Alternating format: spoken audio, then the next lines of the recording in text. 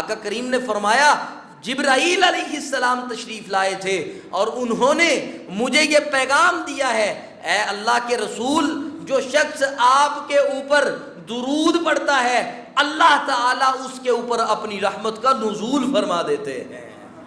اور میں اللہ کے حضور سجدہ شکر کر رہا تھا، اللہ تیرا شکر ہے کہ تو نے میں محمد کو یہ اعزاز و افتخار بخشا ہے کہ جو میں محمد کا نام لیتا ہے یا نام لینے کے بعد سن کے میرے اوپر درود پاک بھیجتا ہے، تو نے مکافات کے طور پہ اس کے اوپر اپنی رحمت کا مستقل نزول کا اعلان کر کے میں محمد رسول اللہ کو ساری کائنات کے لوگوں سے افضل و اعلیٰ عرفہ بنا دیا ہے۔ فرمایا عبد الرحمن میں اس کے اوپر اپنے رب کا شکر ادا کرتا ہوں۔ الحمدللہ نحمده ونستعینه ونستغفره ونؤمن به ونتوکل علیہ ونعوذ باللہ من شرور انفسنا ومن سیئات اعمالنا من يهده الله فلا مضل له ومن يضلله فلا هادي له وشر الأمور محدثاتها وكل محدثة بدعة وكل بدعة ضلالة وكل ضلالة في النار۔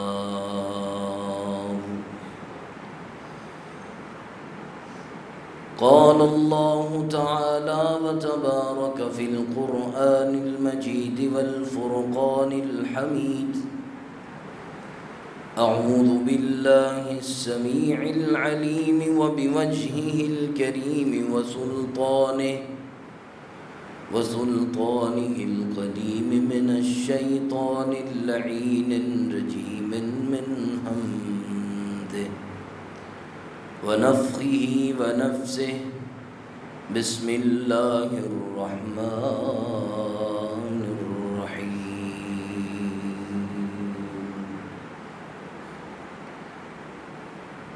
إن الله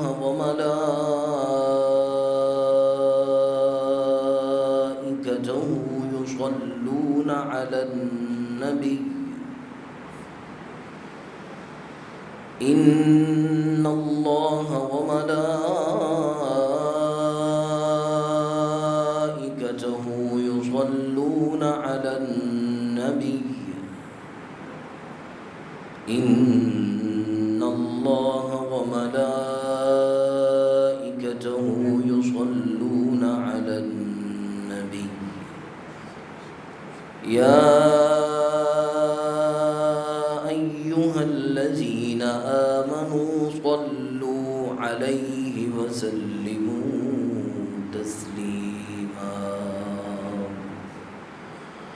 اللهم صل على محمد وعلى آل محمد كما صليت على إبراهيم وعلى آل إبراهيم إنك حميد مجيد۔ اللهم بارك على محمد وعلى آل محمد كما باركت على إبراهيم وعلى آل إبراهيم إنك حميد مجيد۔ اللهم انفعنا بما علمتنا وعلمنا وعلمنا ما ينفعنا وزدنا ولا تنقصنا علما۔ رب زدني علما وعملا وفهما۔ رب اشرح لي صدري ويسر لي أمري واحلل عقدة من لساني يفقه قولي۔ برادران اسلام، تعریف و تحمید تقدیس کے تمام کلمات اللہ رب العزت کی ذات اقدس کے لیے ہیں۔ درود و سلام امام الانبیاء، نبی محتشم، نبی مکرم جناب محمد الرسول اللہ صلی اللہ علیہ وعلا آلہ و اصحابہ وسلم کی ذات اقدس اطہر اعلیٰ و بالا پہ۔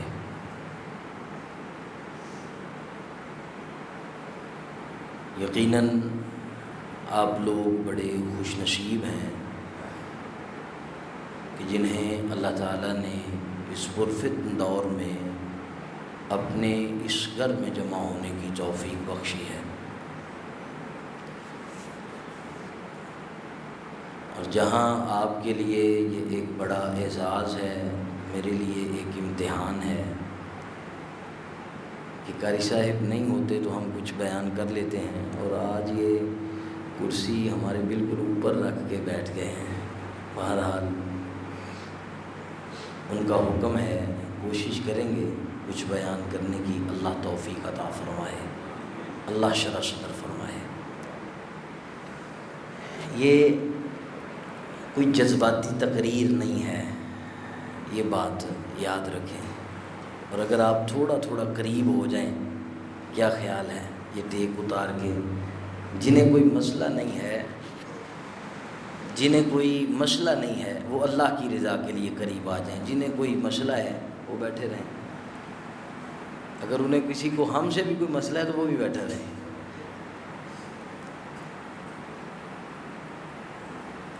برادران اسلام، یہ جو لفظ ہمارے ہاں استعمال ہوتا ہے صلاۃ، اس کا معنی ہے دعا، اور عموم میں یہ نبی مکرم رسول محتشم جناب محمد الرسول اللہ صلی اللہ علیہ وآلہ وسلم کی ذات اقدس کے لیے جو دعا کی جاتی ہے اسے عمومی طور پر ہمارے ہاں درود و سلام بولتے ہیں۔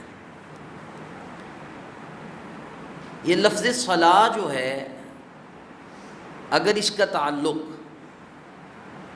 اللہ رب العزت کی ذات کے ساتھ ہو، جیسے قرآن مجید کی یہ آیت مقدسہ ہے، ان اللہ و ملائکہ،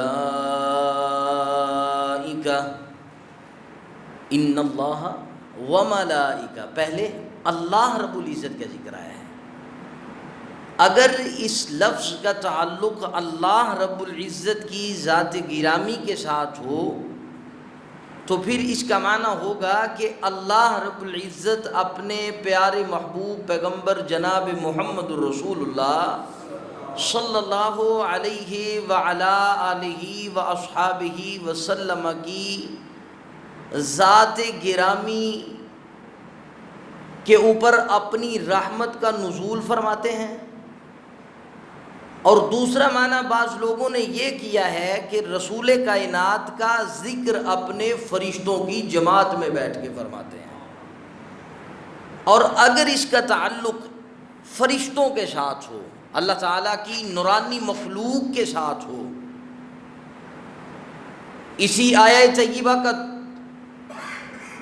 دوسرا جو جملہ ہے ان اللہ ایک و ملائکہ،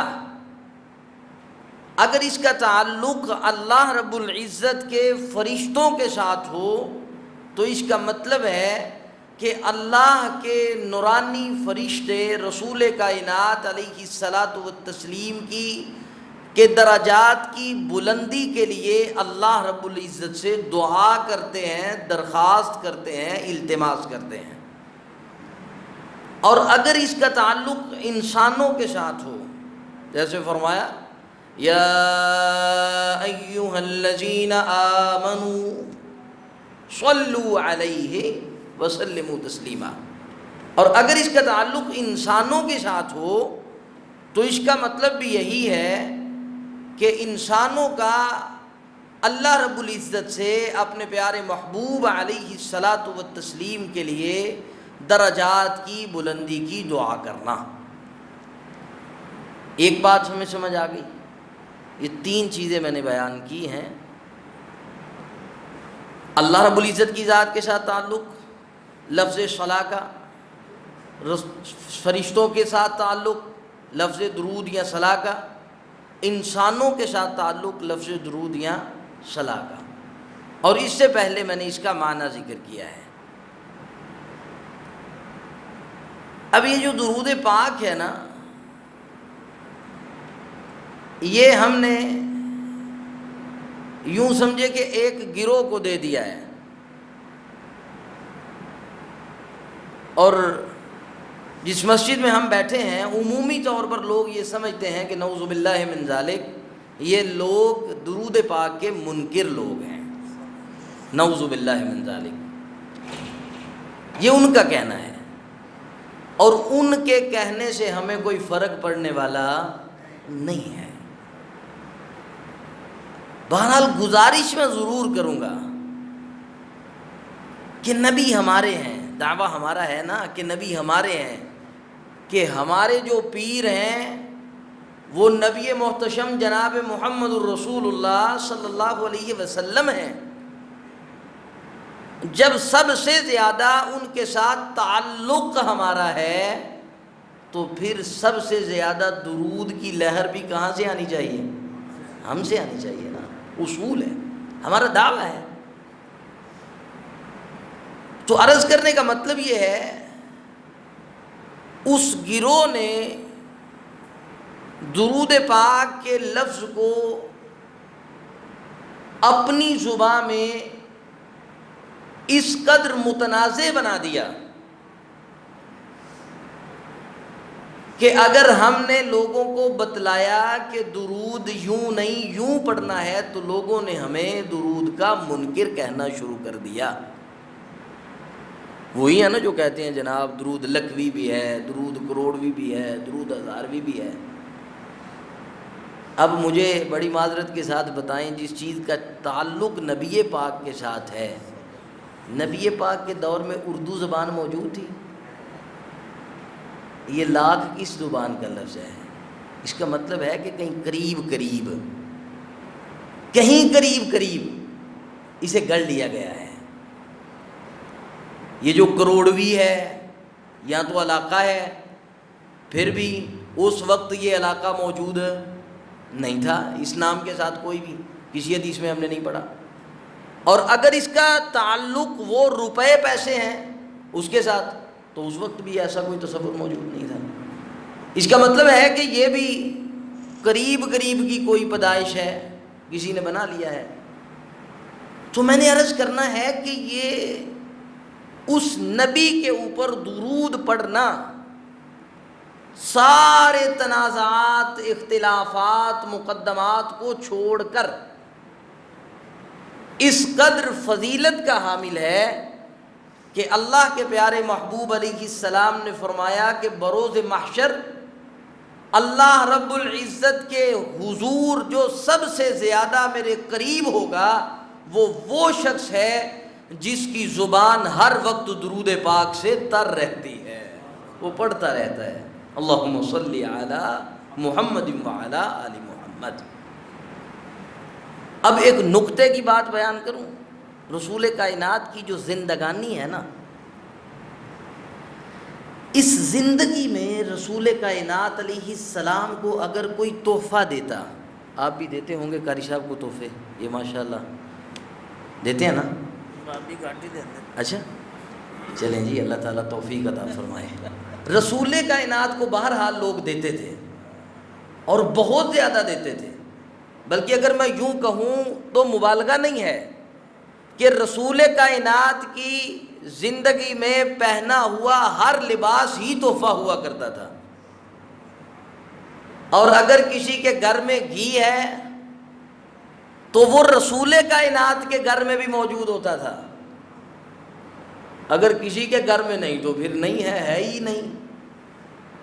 تو رسول کائنات کی عادت مبارکہ تھی کہ اگر کوئی رسول کائنات علیہ السلام کے لیے تحفہ لاتا تو رسول اللہ اس کے لیے مکافات فرماتے۔ مکافات کسے کہتے ہیں؟ کہ جو اس نے کیا ہے اس کے بدلے میں اسے کچھ نہ کچھ اسی طرح کا اس کے ساتھ ملتا جلتا کر دینا، وہ کسی بھی وقت ہو سکتا ہے۔ اور میرا یہ گمان ہے کہ اللہ کے پیارے محبوب علیہ الصلاۃ والتسلیم جس ذات کے محبوب ہیں نا، یہ جو بھی شخص درود پاک پڑھ کے رسول کائنات کے لیے تحفہ بھیجتا ہے، اللہ تعالیٰ اپنی رحمت کے ساتھ رسول کائنات کی عادت مبارکہ کی وجہ سے اس آدمی کے لیے مکافات فرما کے اپنی رحمت سے نواز دیتے ہیں۔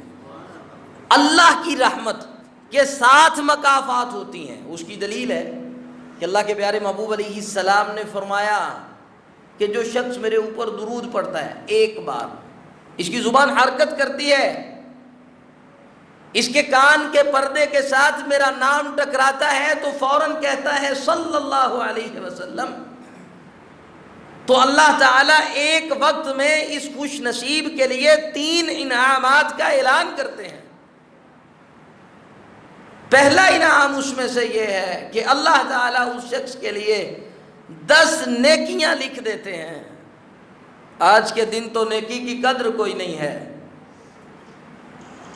آپ نے سنا ہوگا نا، کسی سے کہیں کہ پانی کا گلاس پلا دو تو وہ کہتا ہے میں نہیں پلاؤں گا، تو بندہ دوسرا کہتا ہے بھائی نیکی ہے، وہ کہتا ہے نیکی ہے تو خود ہی اٹھ کے کما لو۔ قدر نہیں ہے۔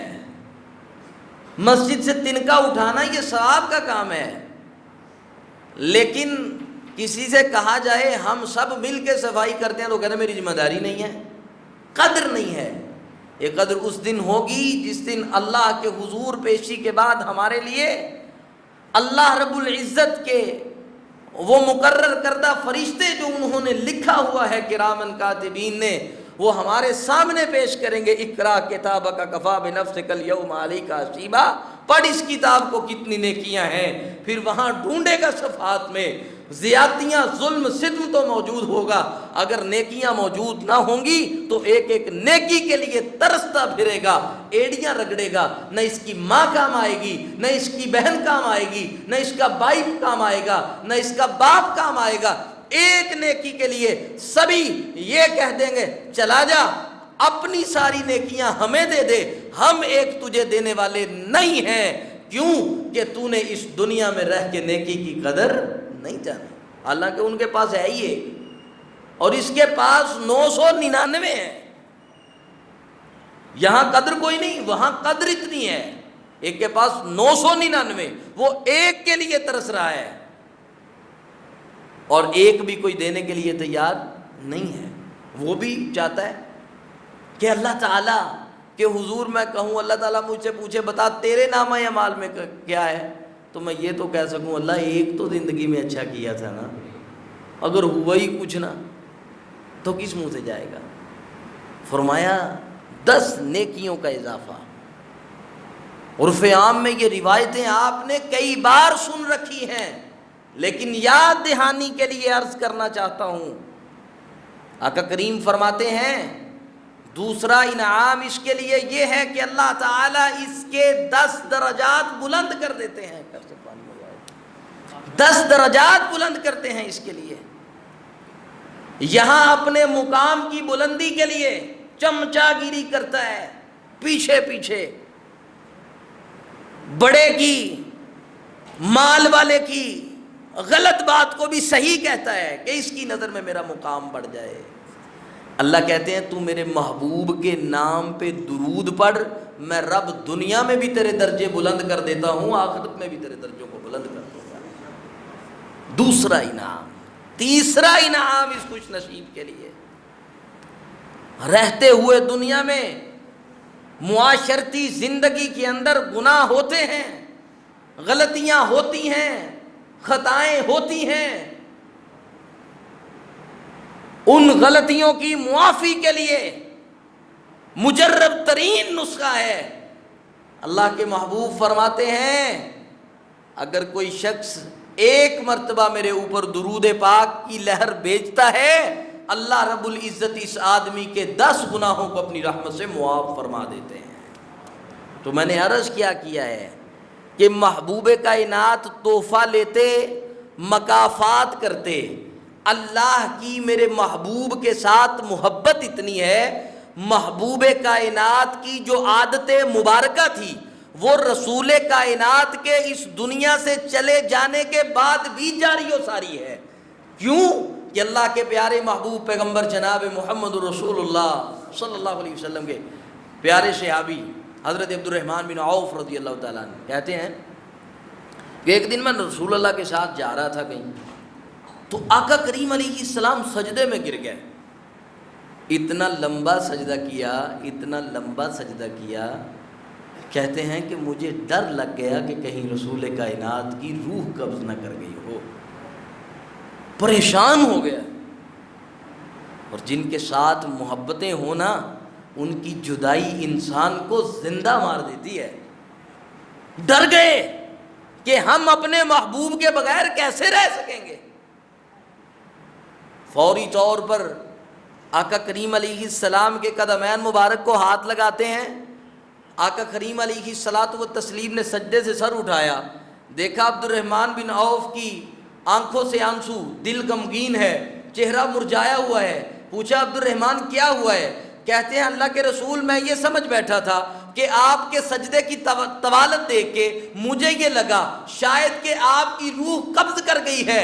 اللہ کے رسول میں پریشان ہو گیا، آپ کے بغیر تو ہمارا ایک لمحہ نہیں گزرتا، ہم کیا کریں گے؟ اللہ کے رسول علیہ السلام نے بڑا کمال جملہ ارشاد فرمایا۔ آقا کریم نے فرمایا جبرائیل علیہ السلام تشریف لائے تھے اور انہوں نے مجھے یہ پیغام دیا ہے، اے اللہ کے رسول، جو شخص آپ کے اوپر درود پڑھتا ہے اللہ تعالیٰ اس کے اوپر اپنی رحمت کا نزول فرما دیتے ہیں۔ اور میں اللہ کے حضور سجدہ شکر کر رہا تھا، اللہ تیرا شکر ہے کہ تو نے میں محمد کو یہ اعزاز و افتخار بخشا ہے کہ جو میں محمد کا نام لیتا ہے یا نام لینے کے بعد سن کے میرے اوپر درود پاک بھیجتا ہے، تو نے مکافات کے طور پہ اس کے اوپر اپنی رحمت کا مستقل نزول کا اعلان کر کے میں محمد رسول اللہ کو ساری کائنات کے لوگوں سے افضل و اعلیٰ عرفہ بنا دیا ہے۔ فرمایا عبد الرحمن میں اس کے اوپر اپنے رب کا شکر ادا کر رہا تھا۔ اور ایک اور دلیل دوں، آقا کریم کیا فرماتے ہیں؟ آقا کریم علیہ السلام نے نا، ایک شخص آیا آگے کہتا ہے اللہ کے رسول میرا جی چاہتا ہے، کئی بار آپ نے روایت سنی ہے، کہتا ہے اللہ کے محبوب میرا دل چاہتا ہے میں دعا کروں، دعا کے لیے بیٹھ جاؤں۔ اللہ کے محبوب اس میں آپ کے اوپر درود کتنا وقت پڑھوں؟ ہم بھی دعا کرتے ہیں نا، اور دعا کبھی کوئی التماس کر دے، یقین جانے کہ اس دعا میں عاجزی انکساری نہیں ہماری دعا میں باقی رہتی۔ دعا ہو رہی ہوتی ہے، ہم سوچ رہے ہوتے ہیں کب مکمل ہوگی، اور وہاں وہ کہتا ہے اللہ کے رسول میں دعا کرنا چاہتا ہوں، اس میں اللہ رب العزت کے تقرب کے لیے کتنا وقت آپ کے اوپر درود پڑھوں؟ تو آقا کریم نے فرمایا تو کیا چاہتا ہے؟ کہتا ہے اللہ کے رسول ایک حصہ پڑھ لوں؟ کہا فَإِن زِدْتَ فَهُوَ خَيْرٌ لَكَ، میرے صحابی اگر تو اس سے زیادہ کر لے تو یہ تیرے لیے بہتر ہے۔ کہتے ہیں اللہ کے رسول 2 حصے درود پڑھ لوں، باقی 2 حصے اپنے لیے، اپنے دکھ سکھ، اپنی تکلیفیں، اپنی حاجتیں، اپنی مناجات اپنے رب کے سامنے رکھ لیتا ہوں۔ اللہ کے رسول نے فرمایا فَإِن زِدْتَ فَهُوَ خَيْرٌ لَكَ، اگر تو اس سے بھی زیادہ کر لے یہ تیرے لیے بہتر ہے۔ نہ بھی کرے تو حرج کوئی نہیں، اگر تو اتنا پڑھنا چاہتا ہے تو اتنا پڑھ لے، لیکن اگر تو زیادہ کر لے یہ تیرے لیے بہتر ہے۔ کہا اللہ کے رسول 3 حصے درود پڑھ لوں، ایک میں اپنے رب سے کہہ لوں اللہ میری بیٹی کا رشتہ نہیں ہو رہا، اللہ میرے بیٹے کے لیے کاروبار کے لیے مواقع خوبصورت کوئی نہیں، اللہ میرے پاس رات گزارنے کے لیے رہائش کوئی نہیں، اللہ میرے پاس کھانے کا لقمہ کوئی نہیں، اللہ میری اولاد نافرمان ہو گئی ہے، اللہ میرے والدین فوت ہو گئے، مجھے پریشانی ہے، ان کی بخشش ہوئی یا نہیں، ان کو معاف کر دے۔ اللہ کے رسول یہ باتیں کر لوں ایک حصہ، آقا کریم نے فرمایا فَإِن زِدْتَ فَهُوَ خَيْرٌ لَكَ، میرے سے ابھی اگر تو زیادہ کر لے تو یہ تیرے لیے بہتر ہے۔ کہنے لگے اللہ کے رسول سارا وقت ہی آپ پہ درود پڑھتا رہوں؟ آقا کریم نے فرمایا میں محمد کی زبان نبوت سے تو نے سنا ہے خیر لک، یہ تیرے لیے بہتر ہے۔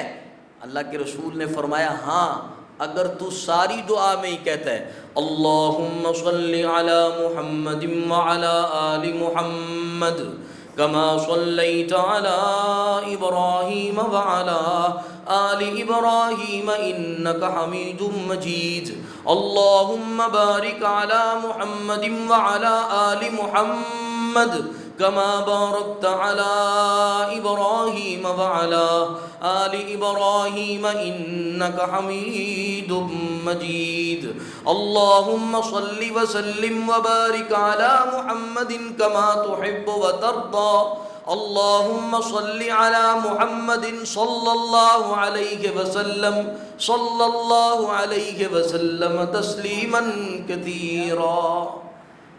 اللہ کے رسول فرماتے ہیں اگر تو ساری دعا میں یہی پڑھتا رہتا ہے اللہ اپنی رحمت کے ساتھ تجھے 2 انعام عطا فرمائیں گے۔ کتنے؟ 2 انعام۔ بتاؤں وہ کون سے ہیں؟ آقا کریم فرماتے ہیں اللہ تعالیٰ تیرے اوپر اتنا خوش ہو جائیں گے، اتنا خوش ہو جائیں گے کہ جو تو نے اپنے غم بتانے تھے، میرا رب علیم بذات الصدور ہے، لطیف خبیر ہے، فعال لما یرید ہے، وہ تیرے سینے کے راز کو بھی جانتا ہے، تیرے دل کی بات کو بھی جانتا ہے۔ جو تو نے بتانے کی زحمت کرنی تھی درود پڑھنے کی برکت سے اللہ اتنے خوش ہوئے کہ اللہ تعالیٰ اپنی رحمت کے ساتھ تیرے سارے غموں سے تجھے نجات عطا فرما دیں گے۔ اللہ کے رسول اور کیا ملے گا؟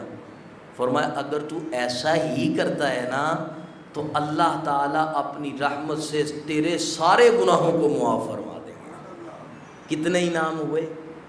یہ فائدہ ہے درود پاک کا۔ محبوب کائنات علیہ الصلاۃ والتسلیم نے فرمایا ہے کہ یہ درود میرے تقرب کا ذریعہ ہے بروز محشر۔ اور آقا کریم علیہ الصلاۃ والتسلیم کے صحابہ کرام رضوان اللہ علیہم اجمعین کثرت کے ساتھ درود پاک پڑھتے رسول اللہ پہ۔ اور آقا کریم علیہ الصلاۃ والتسلیم میں ایک روایت میں نے پڑھا ہے کہ رسول اللہ صلی اللہ علیہ وسلم نے فرمایا جو شخص میرے اوپر درود پاک پڑھتا ہے اللہ تعالیٰ کے 70,000 فرشتے اس آدمی کے لیے اللہ کے حضور رحمت کی دعا فرما دیتے ہیں۔ اور ایک روایت میں آتا ہے اللہ کے رسول فرماتے ہیں کہ درود پاک کی جو لہر تم بیٹھ کے، یہ آج محفل لگی ہوئی ہے محبوب کائنات کا نام آتا ہے، یہ خوبصورت نام ہے، یہ میٹھا سا نام ہے، یہ پیارا سا نام ہے، یہ تو ملانے والا نام ہے، یہ تو جوڑنے والا نام ہے، یہ دل بھی ملاتا ہے، یہ ہونٹ بھی ملاتا ہے۔ یہ جب نام آئے تو یہ پڑھے صلی اللہ علیہ وآلہ وسلم تو اللہ کے محبوب علیہ الصلاۃ والتسلیم نے فرمایا جو درود پڑھتا ہے اللہ تعالیٰ اس کے درود کو میں محمد رسول اللہ کے اوپر پیش فرما دیتے ہیں۔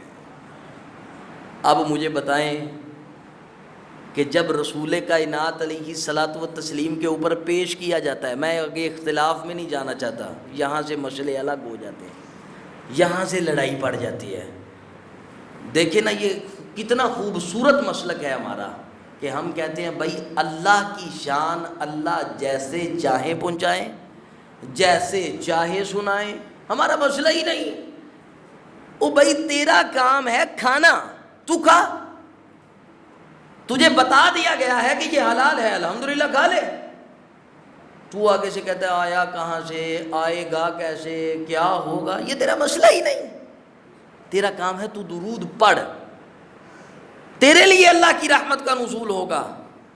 اور بلکہ ہمارے ایک بڑے معروف عالم دین ہیں، وہ بیان کیا کرتے ہیں، میں ان کا نام اس لیے نہیں لینا چاہتا کہ انہوں نے یہ بات بتاتے ہوئے بھی یہ بات ذکر کی کہ میں تحدیث نعمت کے طور پہ بتا رہا ہوں۔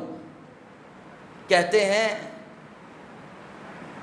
کہ جب میں مدینہ طیبہ میں گیا تو میں وہاں جا کے سوچنے لگا کہ رسول پاک علیہ الصلاۃ والتسلیم کے روضہ اقدس میں حاضری کا موقع ملا ہے، مسجد نبوی میں نماز پڑھ رہا ہوں، تو رسول کائنات کو کوئی تحفہ دے دوں، محبوب موجود تو نہیں ہے کہ میں اپنی زندگی انہیں لگا دوں، موجود تو نہیں ہے کہ میں اپنی سب سے خوبصورت چیز اس عورت کی طرح جو رسول کائنات کے پاس آئی، کہتی ہے اللہ کے رسول اپنے ہاتھ سے اس چادر کو بنا ہے، محبوب آپ کے لیے لے کے آئی ہوں، وہ موجود نہیں ہے کہ ان کے پاس بیٹھتا، ان سے پوچھتا اللہ کے رسول میرے لیے کوئی حکم ہے، یہ موقع تو نہیں پا سکے۔ کہتے ہیں میں سوچتا رہا کہ محبوب کی خدمت میں حاضری کے بعد رسول کے لیے تحفہ کیا لایا ہوں، کیا ہے میرے پاس، کیا لے کے آیا ہوں یہاں۔ کہتے ہیں اپنے پلو میں دیکھتا تو کچھ بھی موجود نہیں تھا، یہ پلو خالی پڑے ہوئے ہیں، ہم اس قابل کہاں۔ کہتے ہیں کافی دیر سوچنے کے بعد میں نے نماز شروع کی، اور نماز میں پڑھتا ہوں الحمدللہ الحمدللہ رب العالمین الرحمن الرحیم مالک یوم الدین۔ کہتے ہیں سلام پھیری تو میرے دل میں آیا کہ اور تو کچھ نہیں کر سکا یا کر سکتا، کم از کم محبوب کے لیے درود پاک کا ہدیہ ہی دے دوں۔ کہتے ہیں میں نے عزم کر لیا کہ اتنی بار درود پاک پڑھوں گا۔ کہتے ہیں میں پڑھتا ہی رہا، اور پڑھنے کے بعد میں نے دعا کی اللہ آئندہ جب بھی میرا دل کرے نا تیرا گھر دیکھنے کو، تیرے محبوب علیہ السلام کا در دیکھنے کو، اللہ تو اپنی رحمت کا نزول کر دے، توفیق عطا کر دے، انتظام کر دے، وسائل پیدا کر دے، مسائل ختم کر دے۔ کہتے ہیں اس کے بعد جب بھی اپنے رب سے حاضری کا موقع چاہا ہے اللہ تعالیٰ نے مجھے عطا فرما دیا ہے۔ یہ فائدہ ہے درود پاک کا، غم دور ہوتے ہیں اس سے، تکلیفیں ختم ہوتی ہیں اس کے ساتھ، اس کے ساتھ دل کو سکون ملتا ہے، قرار ملتا ہے، چین ملتا ہے۔ اور اللہ کے پیارے محبوب پیغمبر جناب محمد رسول اللہ صلی اللہ علیہ وسلم نے فرمایا، نبی صلی اللہ علیہ وآلہ وسلم کیا فرماتے ہیں، یہ ہم نے ابھی تک سیکھا ہے درود کا فائدہ، کہ کیا فائدہ ہے درود پڑھنے کا۔ اب ہم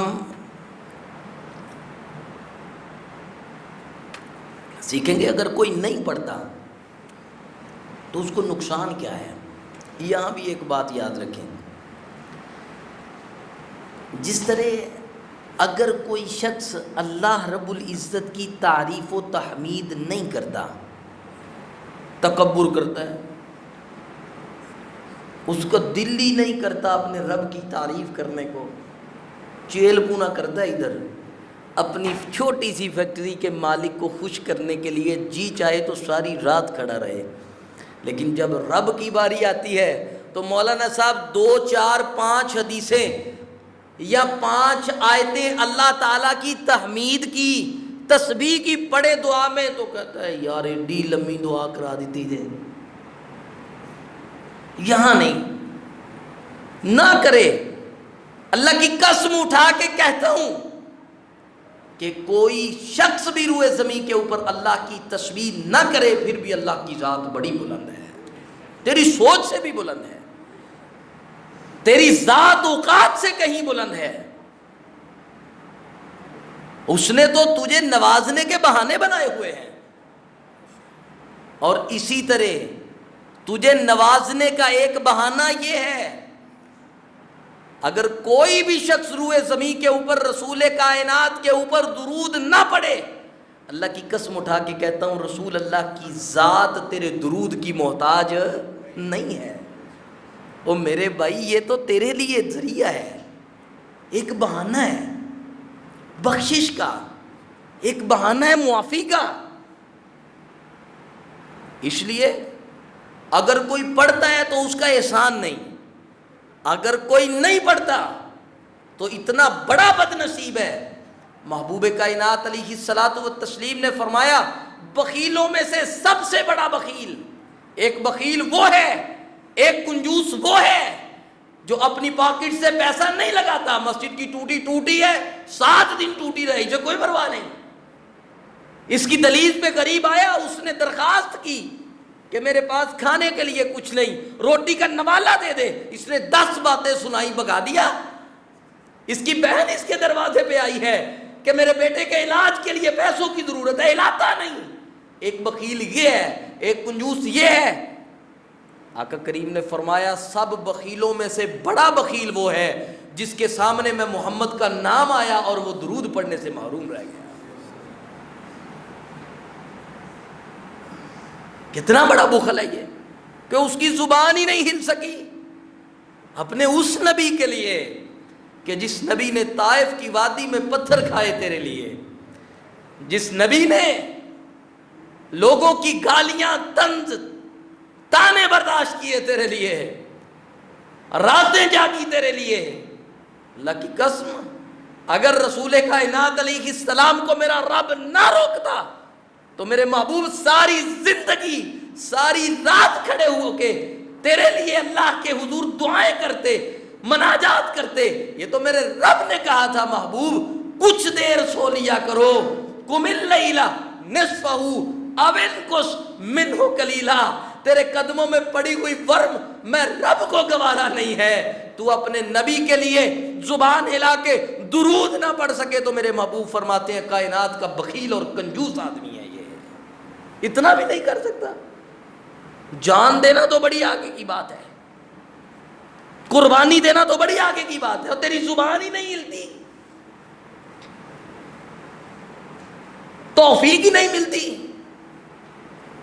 بڑے بڑے مجمع لگے ہوتے ہیں، جمعہ کی مثال لے لیں، مساجد کے بڑے بڑے مساجد کے اندر اجتماعات ہوتے ہیں، جمعہ کے ویڈیوز بنتی ہیں، کتنے لوگ ہیں؟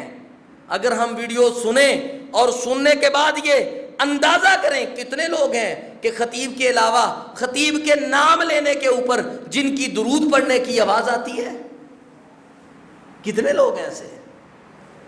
ہم کہاں کھڑے ہیں؟ ایک نقصان یہ ہے اللہ اور اس کے رسول کی نظر میں تو بخیل ہے، کنجوس ہے، اور دوسرا نقصان آقا کریم علیہ السلام نے فرمایا پتہ کیا ہے؟ ایک روایت اس کے اوپر اگرچہ بعض لوگوں نے کلام کیا ہے، لیکن روایت پتہ کیا ہے کہ وہ شخص ہلاک ہو جائے، اس کا مطلب بعض لوگوں نے کیا ہے اللہ کی جہنم میں چلا جائے۔ وہ جو حدیث پاک آتی ہے کہ منبر پہ میرے محبوب علیہ السلام نے اپنے قدمین مبارک کو رکھا تو فرمایا آمین اللہم آمین، پھر فرمایا آمین اللہم آمین، پھر فرمایا۔ صحابہ پوچھتے ہیں اللہ کے رسول سمجھ نہیں آئی، منبر پہ پہلے بھی چڑھتے ہیں لیکن آج ادا بدلی ہے۔ اللہ کے رسول علیہ السلام نے فرمایا 3 بد نصیبوں کا تذکرہ، ایک وہ جس کی زندگی میں رمضان آیا اور وہ اس رمضان کی برکتوں کو حاصل کر کے اللہ کی جنت کا مہمان نہ بن سکا۔ فرمایا جبریل اس کے لیے بد دعا کرتے ہیں کہ اس کی ناک خاک آلود ہو جائے۔ بعض محدثین کہتے ہیں اس کا مطلب ہے جہنم میں چلا جائے، جب جنت نہیں بنا سکا تو جہنم میں ہی جائے گا نا، موقع ہے اس کے پاس۔ فرمایا پھر دوسرا وہ بد نصیب کہ جس کی زندگی میں اس کے والدین میں سے دونوں یا دونوں میں سے کوئی ایک، اس وقت جب اس کی ہڈیوں میں گودا نہیں ہے، وہ چل نہیں سکتا، وہ کل تک تو تیرے لیے محنتیں، مشقتیں، اذیتیں برداشت کرتا رہا، سردی گرمی کی پرواہ نہیں کی اس نے، آج اس کا چہرہ لٹک گیا ہے، اس کے بال سفید ہو گئے ہیں، وہ کسی چیز کو پکڑتا ہے پکڑی نہیں جاتی. آج کے دن یہ تیرا محتاج بن کے ہے.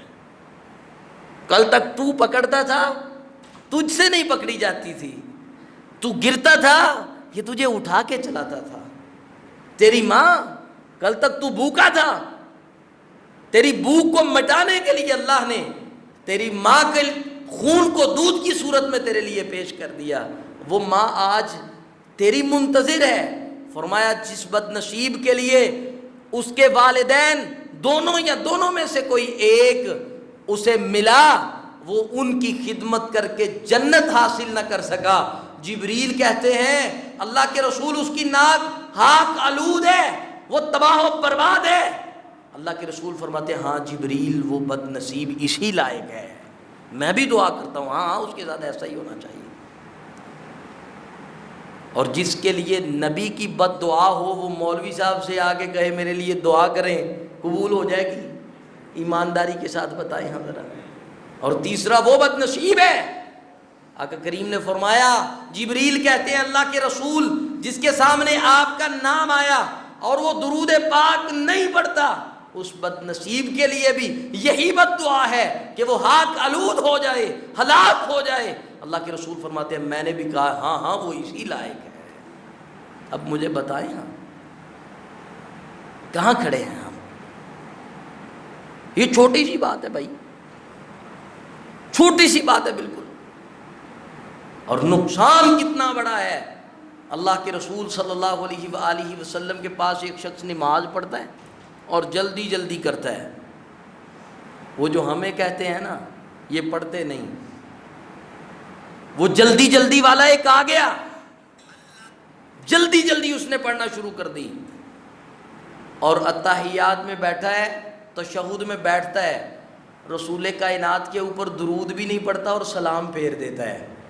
آقا کریم علیہ الصلاۃ والتسلیم نے اس کو مخاطب کر کے آقا کریم فرماتے ہیں یہ کتنا بد نصیب ہے, یہ کتنا بد نصیب ہے کہ اس نے میں محمد کے اوپر درود ہی کوئی نہیں پڑھا. اور دوسرا ایک بیٹھا ہوا ہے بڑے اطمینان کے ساتھ اور تسلی سے پڑھتا ہے, اسے موقع مل جائے پہلے تشہد میں مولانا صاحب تھوڑی دیر زیادہ بیٹھے تو وہ یہ نہیں کہتا اٹھ نہیں رہے, فوراً سے یہ نہیں کہتا سبحان اللہ اٹھ جاؤ, بلکہ وہ بھی درود پاک پڑھنا شروع کر دیتا ہے.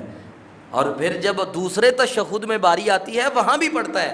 آقا کریم نے فرمایا یہ اتنا خوش نصیب ہے جب یہ اتحیات پڑھ کے میرے اوپر درود پڑھتا ہے, اللہ اس پہ اتنا خوش ہوئے ہیں, اللہ فرماتے ہیں جو یہ مانگنا چاہتا ہے مانگتا چلا جائے میں رب اسے عطا کرتا چلا جاؤں. اسی لیے میرے محبوب نے کہا اے وہاں دنیا پہلے تشہد میں درود پاک پڑھنا سنت ہے, یہ نہیں کہ جو لوگ کہتے ہیں کہ ہاں جی پڑھ جاتا ہے سیدھا سا جی, یہ بات وہ قاری صاحب کہہ رہے ہیں, مسئلہ ہے, بتا دیں ذرا. یہ اہم ترین بات ہے کہ پہلے تشہد میں وقت ہو تو درود پاک پڑھنا رسول کائنات کی سنت ہے. اگر امام صاحب اٹھ جائیں تو پھر بیٹھ کے نہیں پڑھنا, وہ اٹھ جائیں تو پھر اٹھنا ہی ہے. لیکن عام تشہد میں آپ بیٹھ کے پہلے میں بھی درود پاک پڑھیں, یہ رسول اللہ کی سنت ہے, صحیح مسئلہ ہے یہ. اور یہ جو سجدہ سہو والی باتیں یہ کمزور باتیں ہیں, یہ صحیح نہیں ہے. بہرحال بات ہم کر رہے تھے کہ اللہ کے رسول علیہ السلام نے اسی لیے فرمایا کہ وہاں نا 4 چیزوں سے اپنے رب کے درود پڑھ کے نا 4 چیزوں سے پناہ مانگ لیا کر. کون سی؟ اللہم انی اعوذ بک من عذاب القبر, اللہ قبر میں جب اکیلا ہوں گا نا تو تیرے سہارے کی مجھے ضرورت ہے. تو اپنے دل میں تصور رکھ کے پڑھا کر اللہ میں تو وہ ہوں جس نے ساری زندگی تیرے سہارے کے علاوہ کسی سہارے کو تلاش ہی نہیں کیا, مجھے ضرورت ہی محسوس نہیں ہوئی.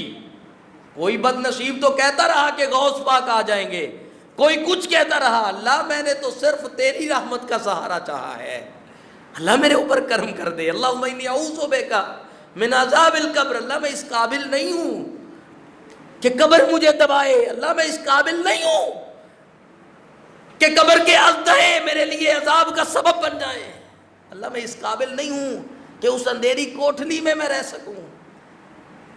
اللہ سے لاڈ کے ساتھ باتیں کیا کریں, تہجد میں اٹھ کے لاڈ کے ساتھ یہ کہا کریں اللہ میں تو تیرا اتنا لاڈلا سا بندہ ہوں، میرے کمرے میں کوئی دوسرا نہ ہو، گھر میں اگرچہ لوگ موجود ہوں، اللہ میں تو وہاں اکیلا نہیں رہ سکتا، تیری قبر میں اکیلا کیسے رہ سکتا ہوں؟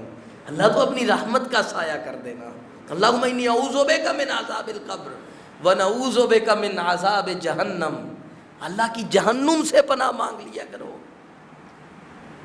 ہمارے لیے تو صرف اللہ کا سہارا ہے، اس جہنم سے پناہ رسول اللہ مانگتے ہیں۔ فرمایا کہ 100 سال کی مسافت دور سے گھوڑا دوڑانے والا گھوڑا دوڑائے، تیز گھوڑ سوار گھوڑا دوڑائے، جتنا سفر طے کرتا ہے اتنی دور سے جہنم کی تپش محسوس ہو جاتی ہے۔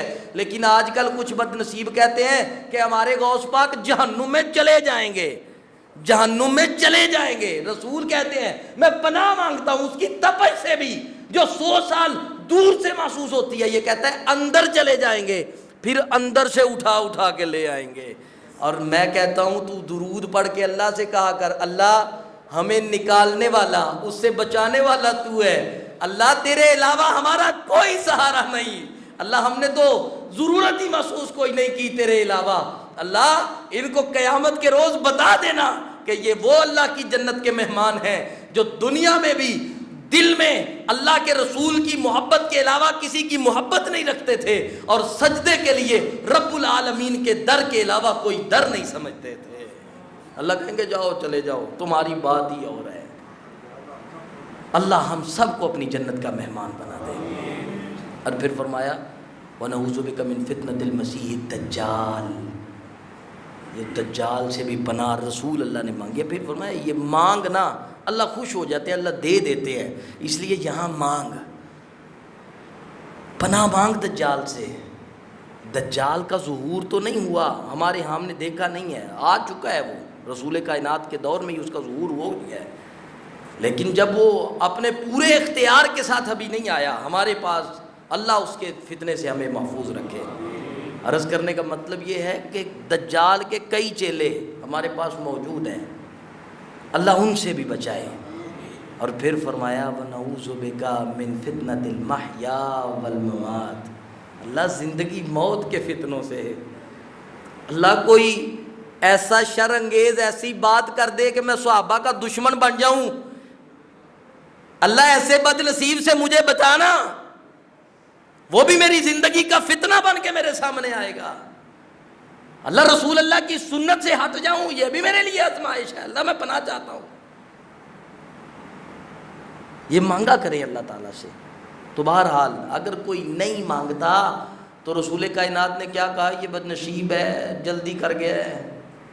اور جو بیٹھا ہوا تھا اسے کیا کہا کہ اللہ کہتے ہیں جو اس کا جی چاہتا ہے مانگے۔ اور پھر آقا کریم علیہ الصلوۃ والتسلیم نے فرمایا کہ جو شخص میرے اوپر درود پاک نہیں پڑھتا اس کے لیے یہ بھی ایک نقصان، دوسری طرف تقرب، یہاں نقصان دوری ہے، جا چلا جا، تیری زبان ہی نہیں ہلتی تھی، تو بخیل ہے، کنجوس ہے۔ اور پھر آقا کریم علیہ الصلوۃ والتسلیم نے یہ بتایا کہ کہاں کہاں پڑھنا ہے، کہاں کہاں پڑھنا ہے۔ اور اس سے پہلے ایک بات مجھے یاد آ گئی ہے، آقا کریم نے فرمایا جو درود نہیں نہ پڑھتا میرے اوپر، وہ دعا کرتا ہے، لگا ہوا ہے، وہ درود ایک بار پڑھا ہے، گھنٹہ دعا کی ہے، اس نے حق ادا کوئی نہیں کیا۔ کچھ گھنٹہ دعا کرے، کچھ 10 منٹ تو رسول اللہ پہ درود پڑھ لیا کرنا۔ میں نے دیکھا ہے، یقین جانے بیت اللہ میں بھی ہم جب جاتے ہیں نا، دنیا ہمارے اوپر اس قدر غالب ہو گئی ہے، بیت اللہ میں طواف کرتے ہوئے بھی اگر ہم رب سے مانگتے ہیں تو صرف دنیا کا محل۔ اللہ تعالی ہم سب کو نصیب کرے۔ یہ آج کل تو سعودیہ والوں نے بھی ایئر لائن سستی کی ہوئی ہے، کہتے ہیں آ جاؤ یار، اللہ ہم سب کو نصیب کر دے، بار بار حاضری نصیب کر دے۔ وہاں آپ جا کے غور کریں، وہ بوڑھی مائیں ایک یا اللہ میرے پتر نو انج کر دے، یا اللہ میری وہ فلاں مسئلہ پڑھیا ہو۔ اللہ کے رسول علیہ الصلوۃ والتسلیم کا عمل کیا تھا؟ اگرچہ بعض لوگوں نے اس روایت پہ بھی کلام کیا ہے، ربنا آتنا فی الدنیا حسنہ وفی الآخرۃ حسنہ وقنا عذاب النار، سب کچھ آ گیا اس میں۔ مانگ، لیکن آخرت بھی مانگ لیا کر کبھی بیٹھ کے. اللہ کے رسول فرماتے ہیں یہ دعا مانگتا ہے. آقا کریم فرماتے ہیں اللہ تعالیٰ کے حضور دعا مانگنے والے کی دعا قبول نہیں ہوتی، یہ نقصان ہے. آسمان اور زمین کے درمیان موقوف رہتی ہے، لٹکی رہتی ہے. کس کی دعا؟ وہ شخص جو رسول اللہ صلی اللہ علیہ وآلہ وسلم کے اوپر درود نہیں پڑھتا. اور اگر یہ نہ پڑھے اس کا اپنا نقصان ہے، رسول کائنات کا کچھ نہیں گیا. اب دیکھنا ہے پڑھنا کہاں کہاں ہے. اذان سے پہلے نہیں پڑھنا شروع کر دینا، اذان کے بعد پڑھنا ہے. آقا کریم نے فرمایا جو میرے لیے وسیلے کی دعا کرتا ہے، مقام محمود اس کی التماس کرتا ہے، اذان کے بعد درود پاک پڑھے اور پھر یہ دعا کرے اللہم رب هذه الدعوة التامة والصلاة القائمة آت محمدا الوسیلہ والفضیلہ وابعثه مقاما محمودا الذی وعدتہ. آقا کریم فرماتے ہیں شفاعتی یوم القیامہ، میں محمد کا وعدہ ہے اس کے ساتھ کل قیامت کو میں اللہ کے حضور اس کے لیے شفاعت کر دوں گا کہ اللہ اسے اپنی جنت میں داخل کر دے. تو پڑھنا کب ہے؟ اذان کے بعد. اور پھر آقا کریم فرماتے ہیں وہ بہار لگی ہوئی ہے، بہار لگی ہوئی ہے. ایک مثال کے ساتھ بات کو سمجھیں. یہاں فیکٹری کا مالک جو ہے وہ اگر اعلان کر دے بھائی اگر کوئی مجھے 1 دے میں اسے 10 دوں گا، $10 کہہ لیں یا 10 روپے کہہ لیں، تو اس کی دکان کے آگے سے، اس کی فیکٹری کے آگے سے قطار ختم ہوگی. بلکہ کئی تو ہم میں سے ہی ایسے ہوں گے وہ کہیں گے انہوں کیڑا پتہ ہے ایک باری پھر ہو جائیے. لیکن یہاں سیل لگی ہوئی ہے، آ جا. اللہ کے رسول فرماتے ہیں جو صبح 10 مرتبہ اور شام کو 10 مرتبہ رسول کائنات کے اوپر درود پڑھتا ہے اللہ تعالیٰ کے حضور کل قیامت کو میں اس کے لیے بھی اللہ کی جنت کی شفاعت کر دوں گا، اسے بھی شفاعت کا اعزاز مل جائے گا کہ جاؤ بھائی رسول اللہ کی شفاعت اور سفارش کی وجہ سے اللہ نے تجھے معاف کر دیا. پڑھنا کب ہے؟ صبح اور شام. میت سامنے رکھ کے نہیں کہنا. وہ جب جاتے ہیں نا میت اٹھا کے تو پھر جانے سے پہلے 1 مرتبہ بیویاں پورے محلے کو سناتی ہیں، ویسے نہیں پڑھنا. اور پھر آقا کریم نے فرمایا جب نماز میں بیٹھے تحیات پڑھے اس کے بعد درود پاک پڑھے، اور پھر جب مسجد میں داخل ہو اس وقت کہے بسم اللہ والصلاۃ والسلام علی رسول اللہ اللہم افتح لی ابواب رحمتک. مسجد میں داخل ہوتے ہوئے پڑھے، نکلتے ہوئے پڑھے. اس پڑھنے کا ثواب زیادہ ہے. ایک درود پڑھنے کا ثواب ہے، ایک پیغمبر کی سنت سمجھ کے پڑھنے کا ثواب ہے. دوہرا ثواب ہے اس کے لیے. جب رسول کائنات کا نام آئے یہ مقام ہے جہاں جہاں پڑھنا ہے، اور جب بھی نام آئے اس کے سینے کو ٹھنڈ پڑے، اس کی زبان خود بخود بول پڑے صلی اللہ علیہ وآلہ وسلم. کاش کہ جب ہماری زندگی کا اختتام ہو تو اس وقت بھی ہماری زبان پہ ہو صلی اللہ علیہ وسلم. یہ مقام ہے، ان کے اوپر پڑھے. اور آقا کریم علیہ الصلاۃ والتسلیم نے جب بھی موقع ملے پڑھتا رہے پڑھتا رہے پڑھتا رہے. اور پھر آقا کریم علیہ الصلاۃ والتسلیم نے فرمایا کہ جب دعا کرے اس وقت پہلے اللہ کی تعریف تحمید کرے، پھر میرے اوپر درود پاک پڑھے، ساری دعا میں ہی پڑھتا رہے، مسئلے حل ہو جائیں گے. پھر پڑھنا کون سا ہے؟ اب یہ بھی بڑا مسئلہ ہے. درود پڑھے مگر مسنون پڑھے. کون سا پڑھے؟ سارے میرے ساتھ یہ لفظ بولے، درود پڑھو مگر مسنون پڑھو. بھائی اختلاف نہیں، ہم سے یہ نہیں کہ جم گٹا لگا لو اللہم صلی وسلم وبارک علی محمد، ایسے نہیں بھائی. جم گٹا نہیں لگایا، خود پڑھے.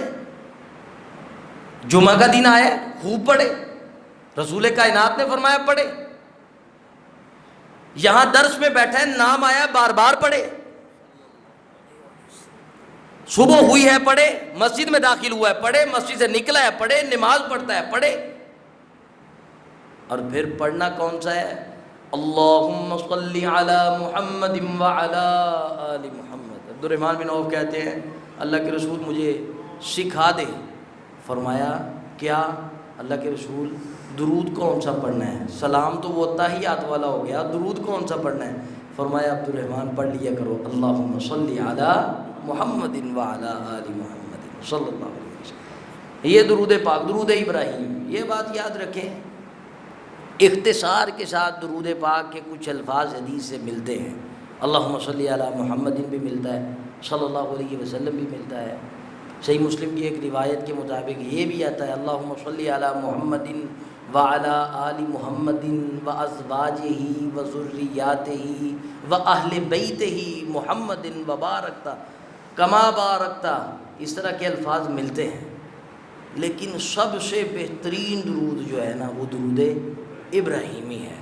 اگر وقت تھوڑا ہے تو اس وقت اللہم صلی علی محمد، پھر اللہم صلی علی محمد پڑھ لیں یا صرف صلی اللہ علیہ وآلہ وسلم ہی پڑھتا رہے۔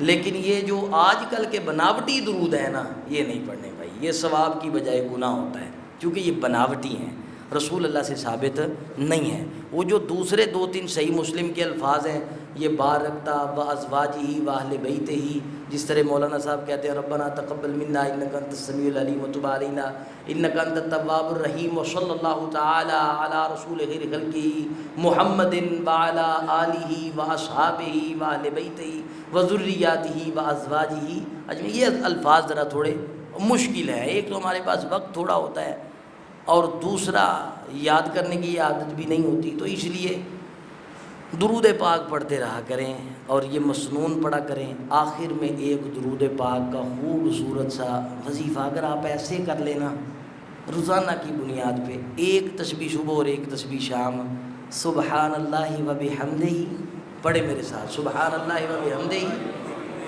اللہم صلی علی محمد، اللہم صلی علی محمد، اللہم اغفر لی، اللہم اغفر لی۔ یہ 3 چیزیں، ایک تسبیح صبح ایک تسبیح شام، سبحان اللہ و بحمدہ صبح و شام پڑھنے کی بھی حدیث موجود ہے۔ اسی طرح اللہم صلی علی محمد درود پاک بھی صبح و شام پڑھنے کی حدیث موجود ہے۔ اسی طرح اللہم اغفر لی پڑھنے کی بھی حدیث موجود ہے۔ حدیث کا یہ نسخہ ہے، یہ اگر کوئی شخص پڑھتا ہے اور اس کے پڑھنے کی برکت سے اللہ تعالیٰ اس کو رزق وہاں سے عطا کرتے ہیں جہاں سے اس نے سوچا بھی نہیں ہوتا، اور وہ کچھ اسے دیتے ہیں جو یہ گمان بھی نہیں کرتا۔ اللہ تعالیٰ سے دعا ہے کہے سنے پہ اللہ عمل کی توفیق عطا فرمائے۔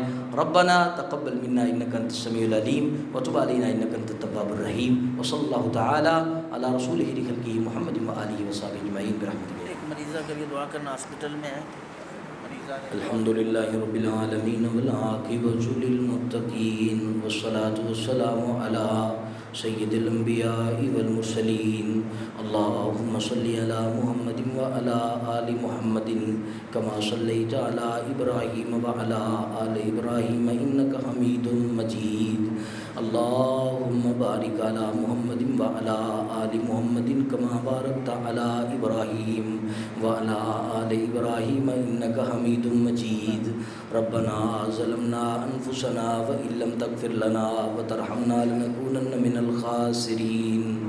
میرے اللہ تو اپنی رحمت کے ساتھ ہم سب کو معاف فرما۔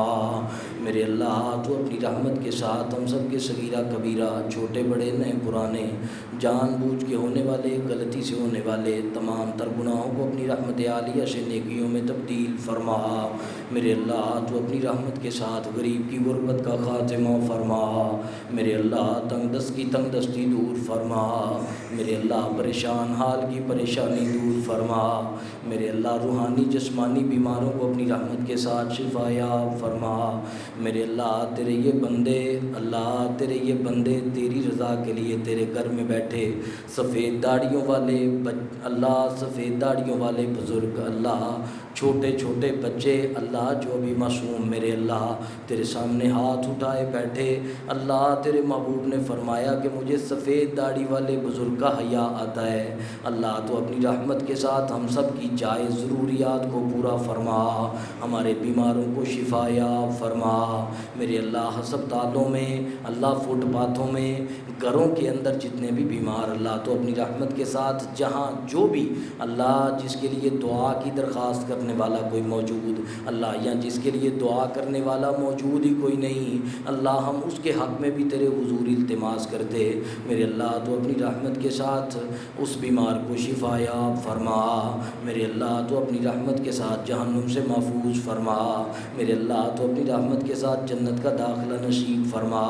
میرے اللہ، تو اپنی رحمت کے ساتھ اپنے اس گھر کو آباد و شاد فرما میرے اللہ، جو تیرے بندے بندیاں مل کے اللہ مسجد کے قاری صاحب، مسجد کی انتظامیہ، ان کے رفقاء احباب ساتھی مل کے یہ خوبصورت بزمیں سجاتے میرے اللہ، تو اسی طرح ان کے لیے جنت میں بھی میزبانی فرما میرے اللہ، تو اپنی رحمت کے ساتھ ان کا معاون بننے کی توفیق عطا فرما میرے اللہ، تو اپنی رحمت کے ساتھ ان کا معاون بننے کی توفیق عطا فرما میرے اللہ، اپنے اس گھر کو رہتی دنیا تک آباد و شاد فرما میرے اللہ، ہمارے بھائی مولانا امین صاحب کو حاسد کے حسد سے محفوظ فرما، شریر کی شرارت سے محفوظ فرما میرے اللہ، نظر بد سے محفوظ فرما میرے اللہ، ہم سب کو اپنی رحمت کے ساتھ حاسدین کے حسد، شریروں کی شرارتوں اور لوگوں کی تنگ نظریوں اور بد نظریوں سے اپنی رحمت کے ساتھ محفوظ فرما میرے اللہ، درود پاک ہر وقت اپنی زبان پہ جاری رکھنے کی توفیق عطا فرما میرے اللہ، میرے بیان کرنے میں اگر کوئی اچھائی وہ تیری طرف سے قبول فرما کے ذریعہ نجات بنا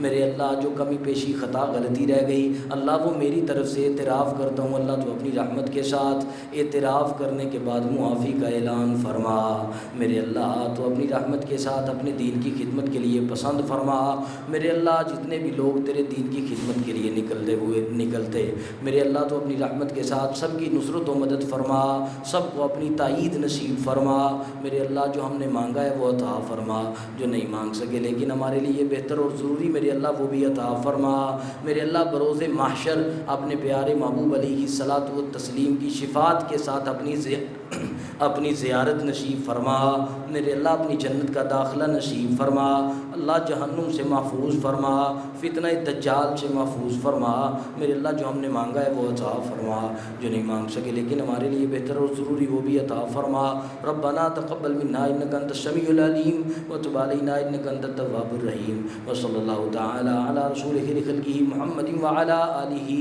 وصحبہ اجمعین برحمتک یا ارحم الراحمین۔